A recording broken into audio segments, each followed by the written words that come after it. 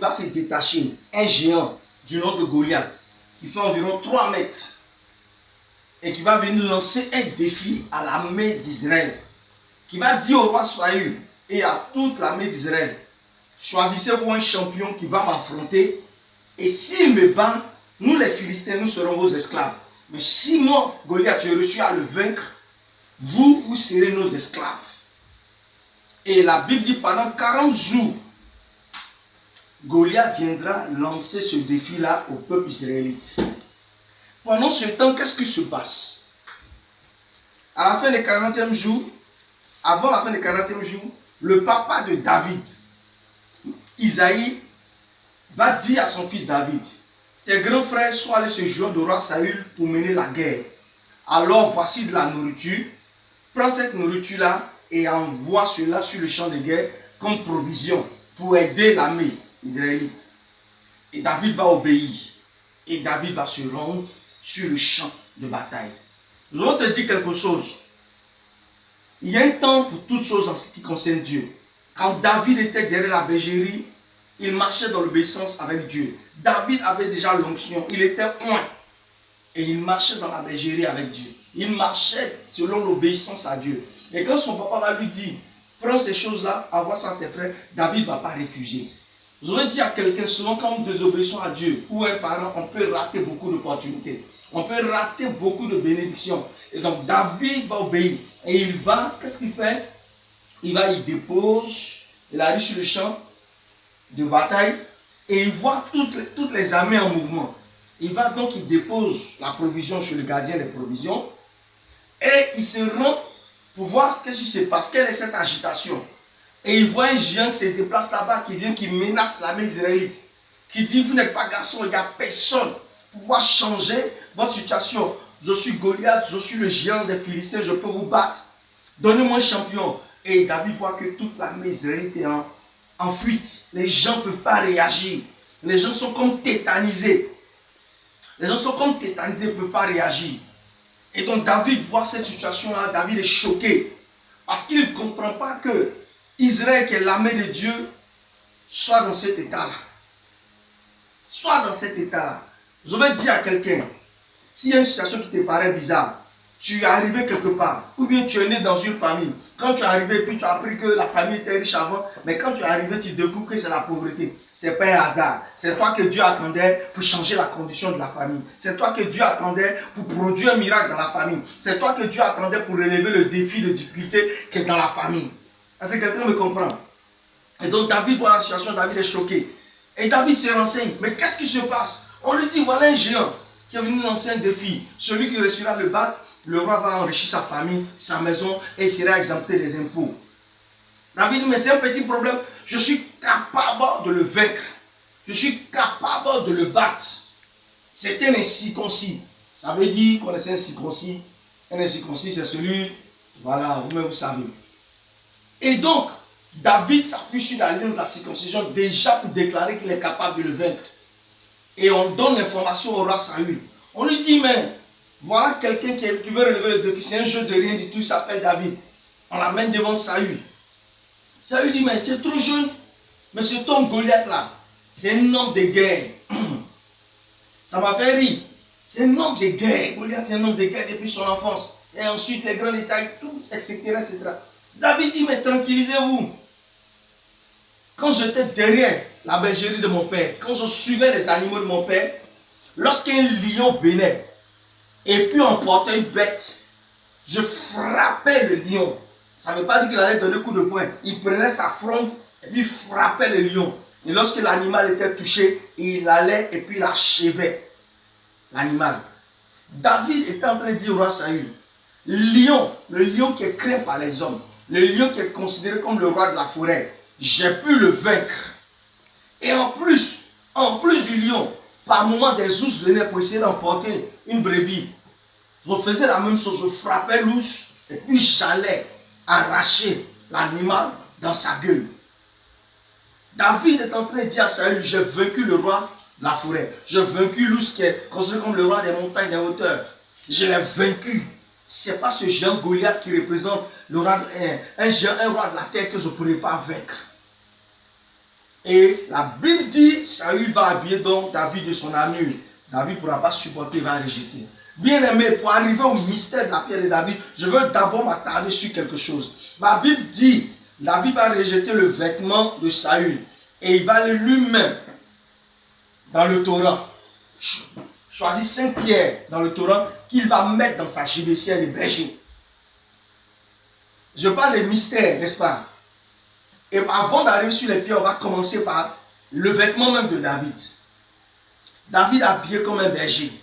David habillé comme un berger. Tous ceux qui savent l'habillement des bergers savent que le berger a un bâton. Un bâton, il a sa gibecière, il a la fronte. C'est une arme. Avant, c'était une arme très utile. Aujourd'hui, nous l'avons remplacée par les lance-pierres. C'est une arme, quand on enroule et on lance, on met une pierre et la pierre va pour frapper un animal, un oiseau, etc. David avait sa fronte, il avait son vêtement de berger, il avait sa gibecière à la ceinture et plus son bâton. Il avait une forme de corde qu'on prend pour souffler en général pour rassembler les animaux. Donc David, observez son vêtement. David face à un géant, face à Goliath. Lorsque David va sur le champ de bataille, pendant que Goliath le maudit par ses dieux, David aussi maudit Goliath par ses dieux. Goliath dit à David, tu viens vers moi avec un bâton, est-ce que je suis un chien? David lui dit, non, c'est au nom de l'Éternel des armées, je viens vers toi. Et David a quoi comme arme? Il a des pierres, il a sa gibecière qui est là. Bien aimé, vous savez, dans l'Antiquité, dans l'ancien temps, la fronde, comme je l'ai dit tantôt, était beaucoup utilisée. Et quand la fronde est utilisée, tous les chasseurs ou les bergers avaient une gibecière. Et dans la gibecière, ils mettaient quoi? Ils mettaient la pierre. La gibecière aussi servait souvent de portefeuille. En fait, c'était comme une poche. On pouvait y mettre de l'argent, on pouvait y mettre de la pierre de combat. On pouvait y mettre beaucoup de choses. Et David utilisait cela. David qui était oint par Dieu, oint par Samuel. Lorsque David a été oint par Samuel, je vous dis que l'onction a plongé David dans une autre dimension. Dans la dimension des initiés. Pourquoi? La Bible dit pour vous, vous n'avez pas besoin d'être enseigné. Mais l'onction qui demeure sur vous, vous enseigne toutes choses. L'onction vous enseigne toutes choses. David, dans sa gibecière, met des pierres. La gibecière, d'abord, pour les chasseurs, dans le mot gibecière, vous entendez l'expression gibier. Un gibier signifie un animal. Si David porte une gibecière, c'est parce qu'il est convaincu que tous ceux à qui face qui sera sont pour lui comme des gibiers. David ne voit pas Goliath comme un géant. David voit Goliath simplement comme un animal. Et Goliath s'étant rendu compte de la chose, c'est pourquoi Goliath lui-même va dire à David, est-ce que je suis un chien? Est-ce que je suis un chien? Est-ce que je suis un chien? David voyait déjà en Goliath un gibier qui va prendre pour mettre dans sa gibecière. Et n'oubliez pas que la gibecière était en général faite de peaux d'animaux. Déjà, dans cette gibecière, il y avait le parfum de lion, j'avais le parfum de louche. Il ne manquait plus que la victoire concernant Goliath dedans. Et en général, les chasseurs, quand ils avaient une gibecière, lorsqu'ils tuaient un animal, c'est dedans qu'ils mettaient la gibecière. Est-ce que vous comprenez les mystères où on va? David n'est pas l'affronter Goliath dans le hasard. David n'était pas n'importe qui. Voyons en Côte d'Ivoire, souvent, l'armée régulière a sa manière de se vêtir pour mener les combats. Mais regardez nos armées traditionnelles, en particulier nos parents d'Ozo. Vous pensez que leur tenue qu'ils portent là, c'est parce qu'ils n'ont rien à faire? Pourquoi ils ne décident pas de porter les tenues de l'armée régulière? C'est vrai, ils ne sont pas de l'armée, mais pourquoi ils ne décident pas de coudre de tenue? Parce que le vêtement même du Dozo est un vêtement sacré. Tout ce qui est dessus est sacré. Tout ce qui est dessus est capable de produire un mystère. Tout ce qui est dessus est connecté à une dimension spirituelle que les non-initiés ne peuvent pas maîtriser. Dans la gibecière, l'esprit est fait pour mettre du gibier et mettre de l'argent. Ça veut dire que David savait déjà ce qu'il faisait. J'en arrive doucement pour arriver doucement au mystère de la pierre de David. Et ceux qui savent, dans l'Antiquité, la gibecière c'était l'expression de la mémoire. C'est-à-dire quand souvent, au sens figuré, on voulait dire quelqu'un, une mémoire, quelqu'un était rancunier, on pouvait dire qu'il gardait beaucoup de choses dans sa gibecière. Donc la gibecière de David avait en mémoire le souvenir de la bataille face au lion, le souvenir de la bataille face à l'ours. Face à l'ours. Toutes ces victoires avaient été déjà enregistrées, les techniques avaient déjà été enregistrées pour vaincre ces animaux-là. Et David était déjà un guerrier. En 1 Samuel chapitre 16, le verset 18, on nous a décrit David beau, fort, vaillant, c'est un guerrier. Ça Ça veut dire qu'il savait déjà se battre. Secrètement, il a appris à se battre. Secrètement, Dieu lui a appris les techniques. Et Dieu lui a appris que la guerre est à la fois physique et spirituelle. Et David savait.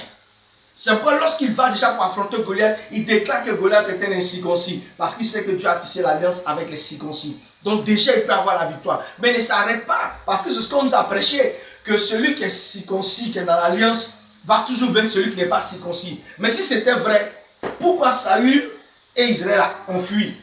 Si l'alliance donne automatiquement la victoire, pourquoi Saül et Israël ont fui?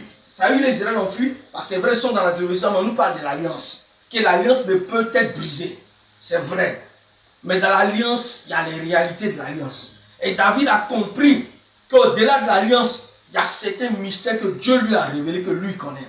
Donc lorsqu'il rejette le vêtement de Saül, le vêtement d'armes de Saül, David se rend au torrent. Il se rend au torrent et la Bible me dit, il prend 5 pierres. On nous a déjà dit que les 5 pierres c'était le nom de Jésus.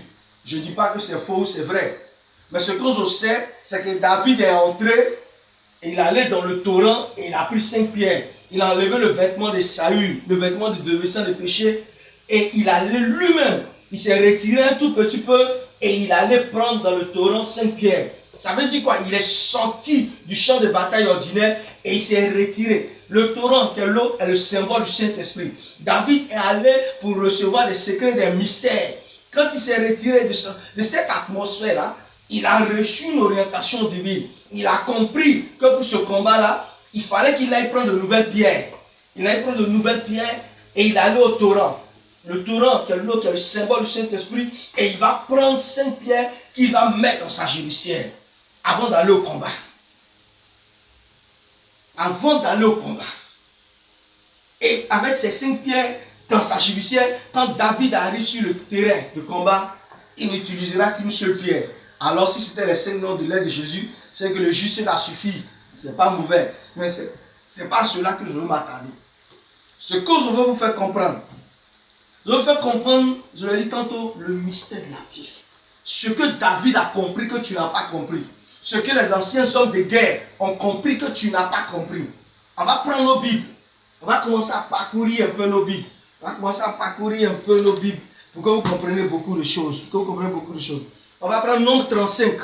Nombre chapitre 35 à partir du verset 17. Je vais lire quelque chose. Nombre 35. Nombre chapitre 35 à partir du verset 17. Excusez-moi. Il faudrait que les choses soient faites à la lumière de la Bible. Je vais lire. Voilà. Dieu est en train, Nombre 35, Dieu parle du vengeur du sang. Et Dieu parlait de quelque chose de très important. Dieu nous dit ici. Bon, je vais lire un peu au verset 16 pour que vous compreniez mieux. Si un homme frappe son prochain avec un instrument de fer et que la mort en soit la suite, c'est un meurtrier. Le meurtrier sera puni de mort. Maintenant, toujours au verset 17. Nombre chapitre 35, verset 17. S'il le frappe, tenant la main une pierre qui puisse causer la mort, et que la mort en soit la suite, etc. C'est un meurtrier. C'est un meurtrier. Le meurtrier sera puni de mort. Je répète. S'il le frappe tenant à la main une pierre qui puisse causer la mort, bien aimé, celui qui est attentif à ce que je suis en train de dire, celui qui me suit, Dieu dit quoi? S'il tient la main, s'il le frappe avec une pierre qui puisse causer la mort. En clair, il y a des pierres qui peuvent causer la mort et il y a des pierres qui ne peuvent pas causer la mort. Est-ce que tu me vois venir? Tu me vois venir? Il y a des pierres qui peuvent causer la mort et il y a des pierres qui ne peuvent pas causer la mort. Il y a des pierres qui peuvent causer la mort et il y a des pierres qui ne peuvent pas causer la mort. Il y a des pierres qui peuvent causer la mort et il y a des pierres qui ne peuvent pas causer la mort. Alléluia. On va lire Habakkuk chapitre 2, verset 19. On va parcourir un peu la Bible parce qu'il est question de mystère, c'est un temps d'enseignement. Habakkuk chapitre 2, Habakkuk chapitre 2, verset 19. On va lire ça rapidement. Habakkuk chapitre 2,